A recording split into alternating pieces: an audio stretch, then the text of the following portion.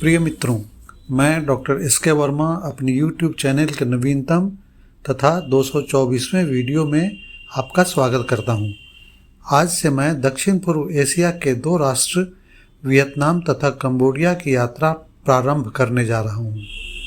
आज के अंक में मैं आपको दक्षिण पूर्व एशिया के विभिन्न देशों में लगभग ईसा पूर्व द्वितीय शताब्दी से 15वीं शताब्दी तक इन राष्ट्रों में फलते फूलते हिंदू साम्राज्य, बौद्ध धर्म तथा हिंदू संस्कृति के बारे में बताऊंगा, ताकि आपको भूतकाल में भारत के बाहर हिंदू साम्राज्य तथा इसकी विशालता का आप अनुमान लगा सकें। भारत के जनमानस में दक्षिण पूर्व एशिया कितना बसा हुआ है, इसका एक उदाहरण मैं यहाँ पर देता हूँ। आप लोगों ने सत्यनारायण भगवान की कथा सुनी होगी, जिसमें एक प्रकरण राजा सौदास की है, जो व्यापार के लिए समुद्री यात्रा करता है। नावें धन धान्य हीरे जवाहरात से भरी हैं। भगवान राजा सौदास की भक्ति परखने के लिए पूछते हैं कि नाव पर क्या सामान है। वह अपने धन को छुपाने के लिए कहता है कि इन नावों पर घास फूस लदा हुआ है। इतना कहना था कि उसके सारे धन धान्य हीरे जवाहरात घास फूस में परिवर्तित हो गए। सत्यनारायण भगवान की कथा का यह प्रकरण हमें दक्षिण पूर्व एशिया के देशों के साथ हमारे व्यापार को दर्शाता है। दक्षिण पूर्व एशिया के देशों का भारतीय शासकों द्वारा शासित होने के समय भारतीय नाम थे, जो इस प्रकार थे। आज का बर्मा अथवा म्यांमार को ब्रह्म देश तथा इरावती भी कहा जाता था। थाईलैंड श्याम देश कहलाता था। इसका बैंकॉक स्थित अंतर्राष्ट्रीय हवाई अड्डा का नाम स्वर्ण भूमि एयरपोर्ट है। थाईलैंड में अयुत्या नामक नगर है। कंबोडिया को कंबुज देश कहा जाता था, जहां विशालतम हिंदू वैष्णव मंदिर अंगकोर वाट है। इंडोनेशिया का 3 द्वीप जावा, सुमात्रा, बाली भारतीय नाम है और अभी भी इसका यही नाम है। यव द्वीप जावा है, स्वर्ण द्वीप सुमात्रा है। लाओस लवकुश देश था। इंडोनेशिया का बाली द्वीप, जहां अभी भी 84% हिंदू रहते हैं तथा हिंदू संस्कृति, हिंदू देवता, हिंदू आचार विचार का पालन करते हैं। आज का वियतनाम प्राचीन काल में चंपा देश था। उड़ीसा, तमिलनाडु, बंगाल तथा आंध्र प्रदेश से लोग यहाँ आए। सिंगापुर तो नाम से ही हिंदू राष्ट्र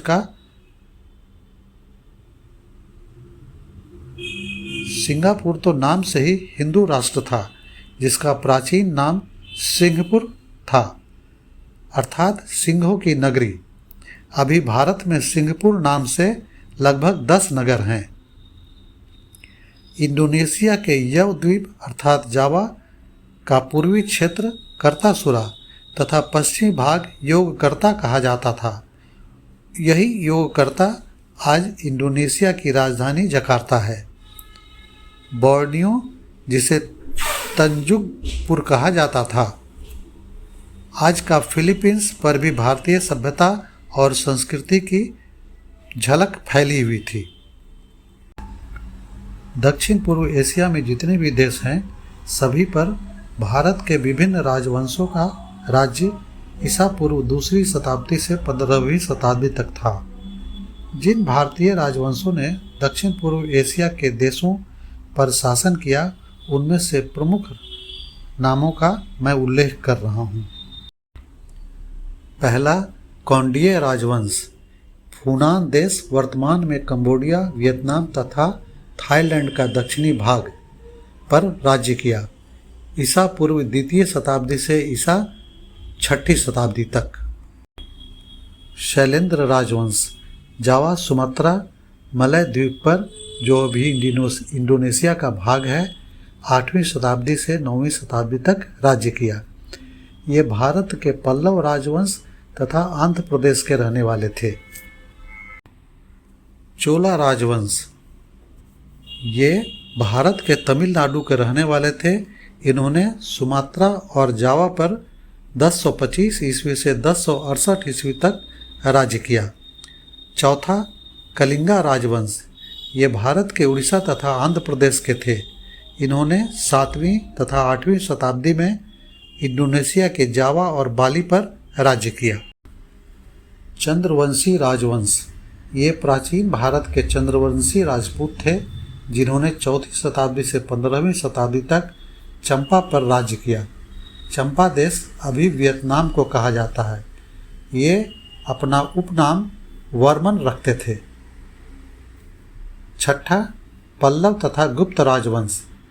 ये पल्लव तथा गुप्त साम्राज्य के थे जिन्होंने 6वीं शताब्दी से 15वीं शताब्दी तक कंबुज अथवा आज का कंबोडिया पर राज्य किया। इसके पहले राजा भाव वर्मन प्रथम थे। कंबोडिया का विश्व प्रसिद्ध सबसे बड़ा हिंदू मंदिर अंगकोर वाट का निर्माण 12वीं शताब्दी में राजा सूर्यवर्मन द्वितीय ने किया।